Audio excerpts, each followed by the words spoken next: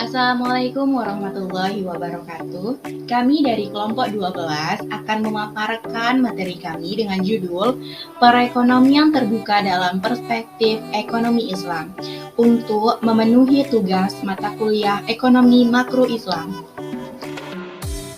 Dari dosen pengampu Ibu Ihdi Aini ME, Program Studi Perbankan Syariah, Fakultas Ekonomi dan Bisnis Islam, Institut Agama Islam Negeri, Padang Sidimpuan, tahun ajaran 2022.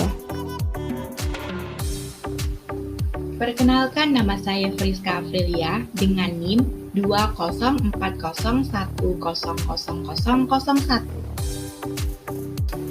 Dan saya Eka Putri Munte dengan NIM 20401000017. Nah, pembahasan kita yang pertama yaitu pengertian perekonomian terbuka. Perekonomian terbuka adalah perekonomian yang melibatkan diri dalam perdagangan internasional atau ekspor dan impor, berupa barang dan jasa serta modal dengan negara-negara lain. Ekonomi terbuka juga disebut dengan ekonomi 4 sektor, yaitu ekonomi yang dibagi menjadi 4 sektor. Yang pertama adalah sektor rumah tangga yang terdiri dari sekelompok individu yang dianggap homogen dan identik. Yang kedua adalah sektor perusahaan yang terdiri dari sekelompok perusahaan yang memproduksi barang dan layanan. Yang ketiga adalah sektor pemerintah yang memiliki kewenangan politik untuk mengatur kegiatan masyarakat dan perusahaan. Yang keempat adalah sektor asing, yaitu sektor ekonomi dunia di mana ekonomi melakukan transaksi ekspor dan impor. Selanjutnya adalah penyebab terjadi sistem perekonomian terbuka. Poin pertama adalah menghemat biaya produksi. Hal ini juga menjadi alasan para produsen untuk melakukan perdagangan secara internasional. Dan sebenarnya inti dari alasan ini adalah untuk menekan tingginya biaya produksi dengan cara menghasilkan produk dalam skala jumlah yang lebih besar. Yang kedua adalah perbedaan tingkat selera. Walaupun misalkan kondisi sebuah produk dari berbagai daerah itu sama, perdagangan internasional tetap mungkin akan terjadi apabila masing-masing penduduk di suatu negara memiliki selera yang berbeda. Contohnya adalah dua negara yang menghasilkan daging, yang satu adalah produsen daging sapi dan yang satu adalah produsen daging ayam. Jika produsen daging sapi memiliki selera terhadap daging ayam dan sebaliknya, tentu proses impor dan ekspor akan terjadi. Yang ketiga adalah perbedaan kondisi produk. Alasan perbedaan kondisi suatu produk ini yang lebih cenderung mengarah pada kualitas produk juga menjadi alasan terjadinya perdagangan internasional.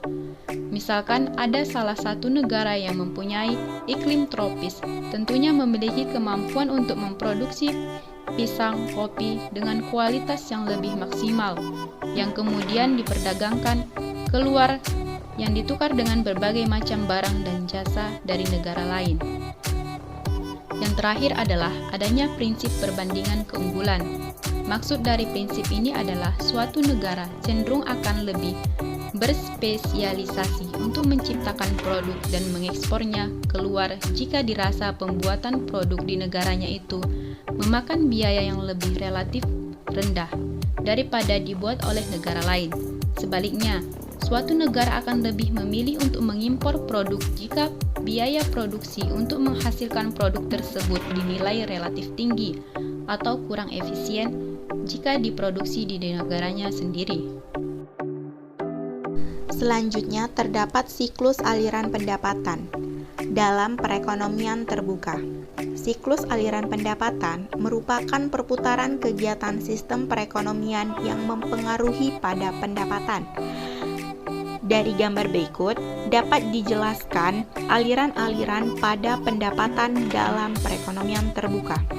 Aliran pertama yaitu perusahaan yang menggunakan faktor-faktor produksi dari rumah tangga tersebut akan mewujudkan aliran pendapatan ke sektor rumah tangga. Aliran pendapatan tersebut berupa gaji, upah, sewa, bunga, dan keuntungan. Aliran kedua yaitu perusahaan membayar pajak kepada pemerintah. Pembayaran pajak ini mempengaruhi aliran pendapatan yang tadi, sebab aliran pendapatan yang mengalir pada rumah tangga telah dikurang oleh pajak keuntungan perusahaan.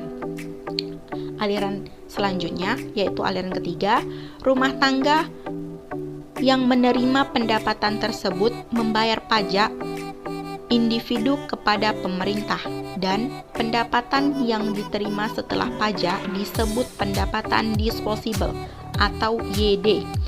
Aliran keempat, yaitu pendapatan disposable rumah tangga akan digunakan untuk membeli barang dan jasa yang diproduksi di dalam negeri.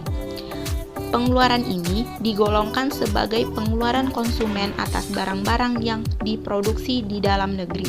Secara ringkas disebut CDN. Aliran kelima, yaitu rumah tangga mengimpor barang-barang yang diproduksi oleh luar negeri. Jika pengeluaran dari aliran keempat digabungkan dengan aliran kelima atau meliputi keseluruhan pembelanjaan rumah tangga disebut C. Aliran keenam, yaitu aliran terakhir, sisa pendapatan yang tidak digunakan oleh rumah tangga tadi akan ditabung ke dalam institusi keuangan atau badan keuangan seperti bank perdagangan dan tabungan, dan sebagainya. Poin selanjutnya yaitu perekonomian terbuka, ekspor dan impor. Ekspor adalah barang dan jasa yang diproduksi di dalam negeri dan dibeli oleh penduduk negara lain. Dan impor adalah barang dan jasa yang diproduksi di luar negeri dan dikonsumsi di dalam negeri. Dalam perekonomian terbuka, ekspor dan impor terdapat ekspor neto atau NX.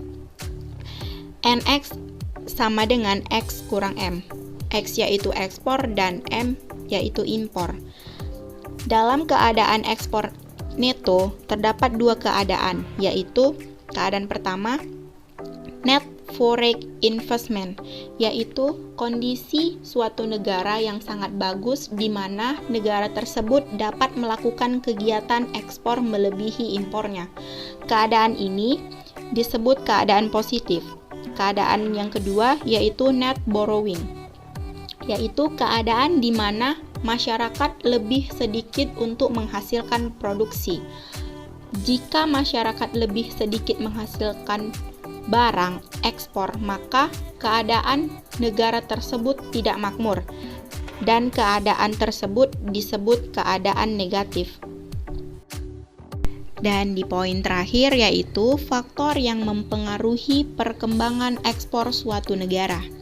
Yang pertama yaitu kebijakan pemerintah di bidang perdagangan luar negeri. Yang kedua, keadaan pasar luar negeri. Yang ketiga, kemampuan eksportir memanfaatkan peluang pasar. Demikianlah beberapa poin yang dapat kami paparkan dalam video kami ini. Sebelumnya, kami mohon maaf atas segala kesalahan dalam pengucapan di pemaparan materi yang kami sampaikan.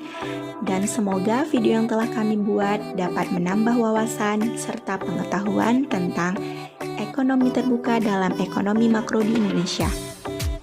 Thanks for watching and don't forget for like, comment, and subscribe. Wassalamualaikum warahmatullahi wabarakatuh.